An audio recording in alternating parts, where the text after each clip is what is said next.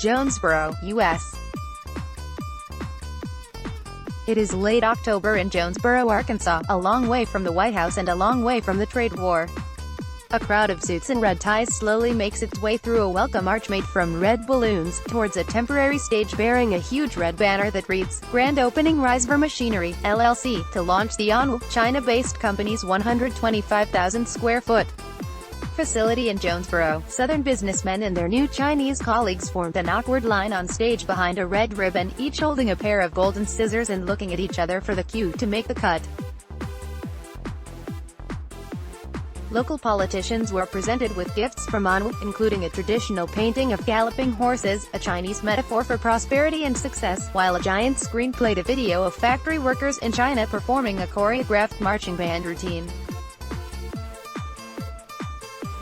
More than 90 American cities competed to attract the factory, which will supply components to construction giants, such as Caterpillar, Terex, Volvo and Komatsu, as rural and deindustrialized regions of the country try to bring in foreign money to reverse decades of decline. "We need to show that we are welcome to this kind of investments that make manufacturing possible here in our country and in our state," Arkansas's Republican Governor Asa Hutchinson said during his speech at the ceremony. Hutchinson told the Nikkei Asian Review that he saw the investment as an opportunity to bring back jobs lost to offshoring. Besides Risever, Arkansas has 7 other ongoing Chinese investment projects: Thai Garments, Dragon Woodland, Shandong Sun Paper, Petuan Pet Products, Shindu Biotech, Suzhou Zindati Hardware and Shandong Ruyu Technology Group, according to the Department of Commerce of Arkansas. Other southern states, including North and South Carolina, Tennessee, Louisiana, Georgia, Mississippi, Alabama and Kentucky all now host Chinese factories. Risever businessmen present an auspicious painting of galloping horses to their Arkansas counterparts. Photo by Marion Joe. These are bedrock states for the Republican Party, places that embraced U.S. President Donald Trump's anti-globalist, nationalist rhetoric. With a Phase 1 trade deal due to be signed on Jan. 15, the Trump administration has signaled a tentative and limited rapprochement in its trade war with China, which saw high tariffs placed on Chinese imports and bans on the export of technology products. However, despite those punitive measures and the aggressive messaging coming out of the White House, many of the states and counties that came out for Trump in 2016 have spent the past few years gorging on Chinese money. Their reliance on investment from China only serves to underline how deeply intertwined the world's 2 largest economies are, and how the president's desire to unwind decades of trade imbalances could put him at odds with his own base as he seeks re-election this November. Electoral margins in some industrial states, such as Ohio, Pennsylvania, Michigan and Indiana, could be tight. "There will be shifts in the industrial states," said Gary Huffbauer, senior fellow at Peterson Institute for International Economics and former deputy assistant trade secretary. "That's why, in my view, Trump cannot afford to escalate the trade war. Those states will be hurt, they'll lose jobs, and he only has to lose 1 or 2% of the voters," Huffbauer said. Then, he has lost those states. Tariff man driving from Little Rock toward northwest Arkansas, where Walmart and Tyson Food have their headquarters. Towns and small cities cluster by the roadside. Art museums funded by Walmart's founding family do a brisk trade and keep the traffic flowing. In the other direction, to the southeastern Delta area, endless woods and farmland fill the landscape, with shrinking small towns scattered throughout the region. Arkansas is a case study of the hollowing out of the U.S. manufacturing sector. Textiles, paper mills, lumber mills, all these places in southern and eastern Arkansas, said Mervyn G. Barrage, director of the Center for Business and Economic Research at the University of Arkansas. "We used to have major employment there until those jobs went away in the last 20 years, as supply chains moved offshore. The loss of manufacturing jobs and the sense of identity that came with them was most likely a factor in Trump's rise to power. Well before his successful run for president in 2016, he had been spinning the narrative that America has suffered from unfair treatment by its trading partners, and in particular by China. On the campaign trail, he vowed to rip up international trade deals and confront China for, in his words, raping the U.S. with its trade policies, and for perpetrating the greatest theft in the history of the world. Trump won 61% of the vote in Arkansas and, buoyed by support in other Rust Belt and southern states, took the White House. He soon began to attack U.S. trading partners, pulling out of treaties, slapping high and rising tariffs on Chinese goods, and eventually, in 2019, imposing wide-ranging restrictions on U.S. technology exports to China. "I am a tariff man. When people or countries come in to raid the great wealth of our nation, I want them to pay for the privilege of doing so," Trump wrote on Twitter in 2018. While U.S.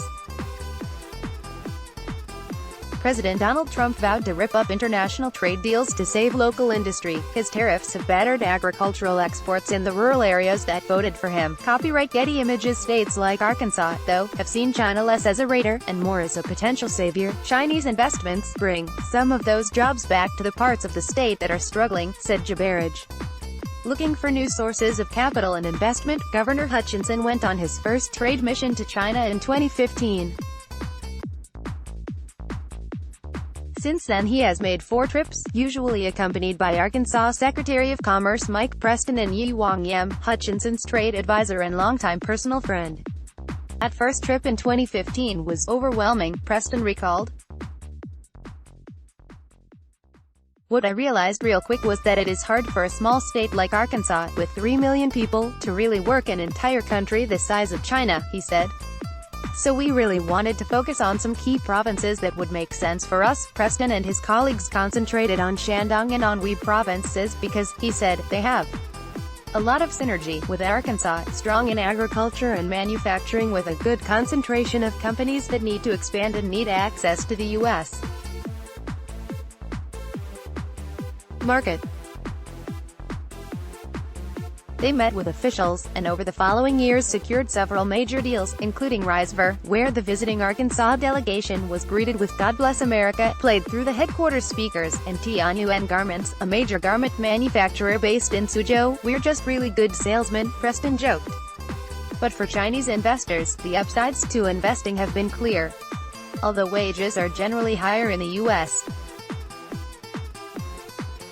than in China, shortening supply chains and being closer to customers was an attractive proposition, even before Trump's tariffs took effect. And, with land and labor prices rising in China, the difference in cost is narrowing. "The land cost in South Carolina is cheaper than that in a Tier 2 city in China," said Sulian Jai, principal analyst at Abbey Research. Chinese companies hire Jiangnan Huaxian, Kier Group and Zhejiang Geely Holding Group have set up factories in South Carolina. States often offer tax breaks and other incentives for foreign companies. Arkansas offers tax benefits linked to job creation, but this is not necessarily its most attractive feature, according to Jabaraj. Neighboring states, such as Mississippi, offer more financial support, he said, but Arkansas has natural resources, including cotton and timber, which help to bring in investments in textiles and paper mills. Arkansas is also a right-to-work state, like many other southern states, which means no person can be compelled to join or not to join a union as a condition of employment. Lai Yonggang, Risever's general manager, said that logistics infrastructure, the distance to his clients' factories, wages and utility costs all weighed in on the decision on where to invest, but Jonesboro's attitude towards Chinese companies clinched the deal. "Arkansas's sentiment towards foreign investments, especially Chinese investments, is very friendly," Lai told Nikkei in Mandarin. Gov. Hutchinson came to our factory twice before. "This is a very important factor for us, the willingness to cooperate with us and how much they can support us." Hefei Risever Machinery was founded by Lai's parents in Anhui Province in 2001. The company now has 3 factories and more than 1,200 employees in China, supplying equipment and providing fabrication services to clients in North America, Japan and Europe. "Compared to all the skyscrapers in China, Arkansas seems a bit quiet," said Lai. "But it has its unique features, such as the natural resources. I felt the local people are very honest and friendly. Risever announced its $20.5 million investment in October 2017, with initial plans to hire 130 staff, and to start production in early 2020. It has made a feature of its background as a family-owned enterprise, which has helped to assuage some of the locals' worries. Newly hired plant manager Chris Taylor said that he was initially concerned about working for a Chinese company. "I ain't gonna say I didn't think about it, but it was very clear to me that this factory is an American company," said Taylor in a husky Arkansas drawl. It's a huge investment by the Risever family. This is going to be an American-run company, with our general manager living in Los Angeles. Political pressure, the local welcome for Chinese companies, and Chinese money, is not shared at the federal level. The president's public attacks on Beijing have emboldened China hawks. High-profile figures in the Republican Party, and individuals who are part of Trump's outer circle, have continued to voice their antipathy towards dealing with China. Most governors, in the South and elsewhere, are eager to court Chinese investment in their states, said Jeffrey Wright, an analyst at Eurasia Group who focuses on trade and presidential politics. But U.S.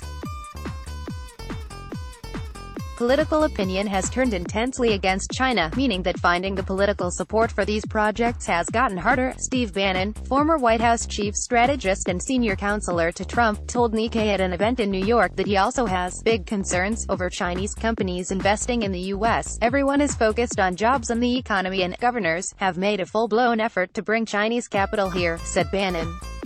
But before these investments are made, they have to be reviewed. Who actually are the controlling entities and backers? Are they really corporations, or are they somehow controlled by the Chinese Communist Party or People's Liberation Army? Not just technology companies but also manufacturing companies. "We have to review all these," he added. If that means certain factories are not built, so be it. Even Rick Crawford, who represents Arkansas's 1st District in the U.S. House of Representatives, is a critic of Chinese investment.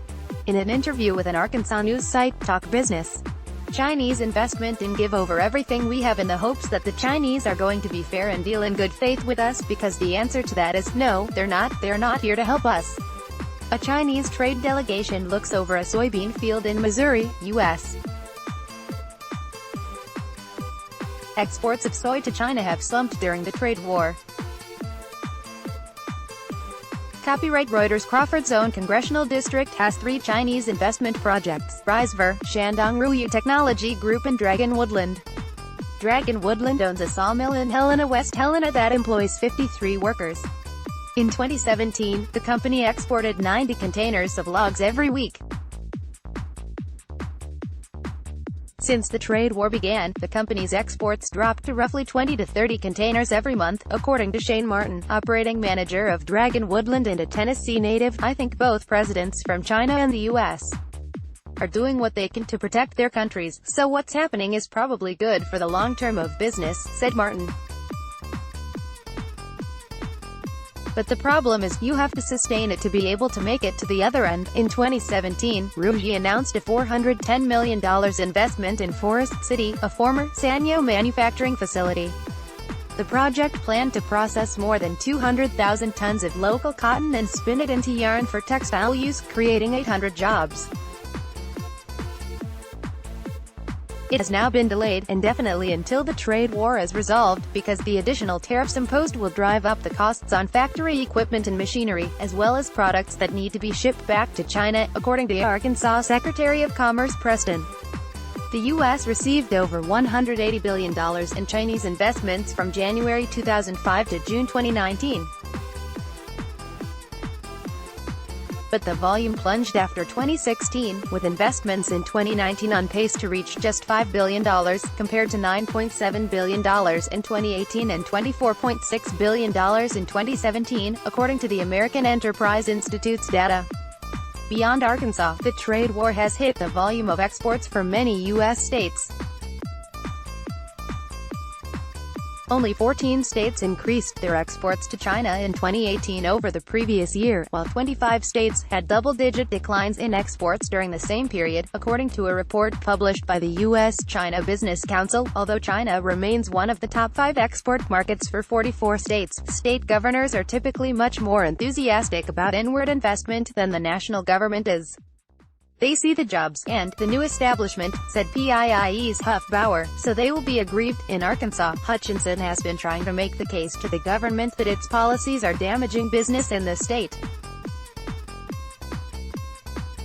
He and Preston went on another trade mission in November, where they planned to focus on strengthening the relationships with their existing investors, and on trying to find new markets for the state's rice exports. I've spoken to the Trump administration on numerous occasions, Hutchinson told Nikkei.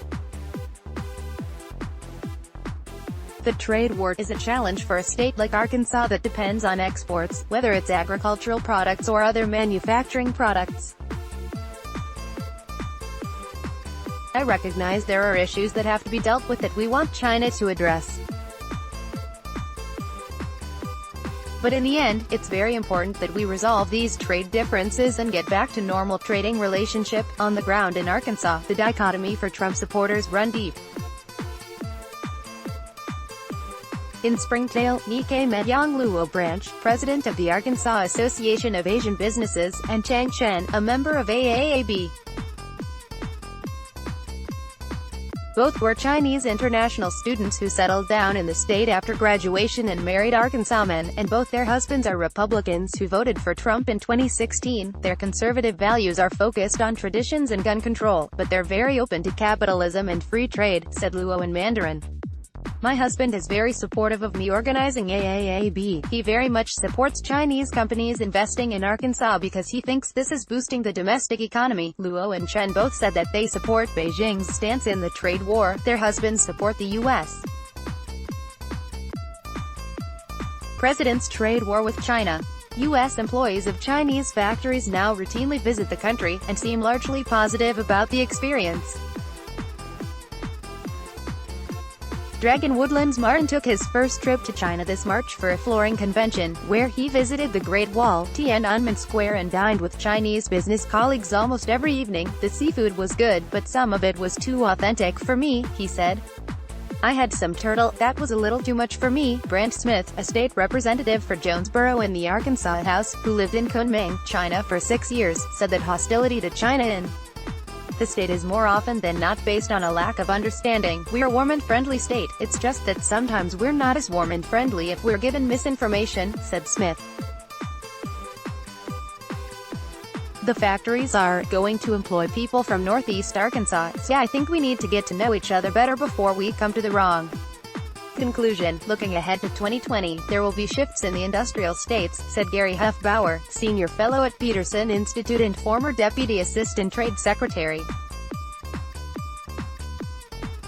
That's why, in my view, Trump cannot afford to escalate the trade war. Copyright Reuters campaign trails Trump will be seeking re-election in November, and will hope that states like Arkansas will come out strongly for him, like they did in 2016. According to pollster Morning Consult, Trump's net approval in Arkansas has decreased 20 percentage points since taking office. Many agricultural and industrial states have unquestionably suffered from the trade war so far, and while the administration in December announced the first phase of a deal with Beijing, a comprehensive reversal is not likely before the 2020 election. Whether the economic damage is enough to sway voters who support other aspects of the president's agenda, such as immigration and tax reform, is unclear. The term elections suggest that they might. The trade war probably cost Republicans 5 seats in the 2018 congressional election, said Huff-Bauer. Those seats that were lost were basically in industrial states where the tariffs or Trump's trade war caused retaliatory tariffs by China. The left wing of the Democratic Party, which has been ascendant over the past couple of years, are not free traders by any means, Huff-Bauer said, but they have not been as noisy on the topic as the president. On the ground in Arkansas, the president's supporters, including factory workers, soybean farmers, Luo and Chen's husbands, said that they do not agree with everything Trump has done, though few are yet to see an alternative to this tariff man. My husband, said previous U.S. presidents were too weak when it comes to foreign policy, Luo said as Chad nodded in agreement. Although he doesn't like many things about Trump, the direction Trump is taking to put America first, my husband supports it. Let's block ads.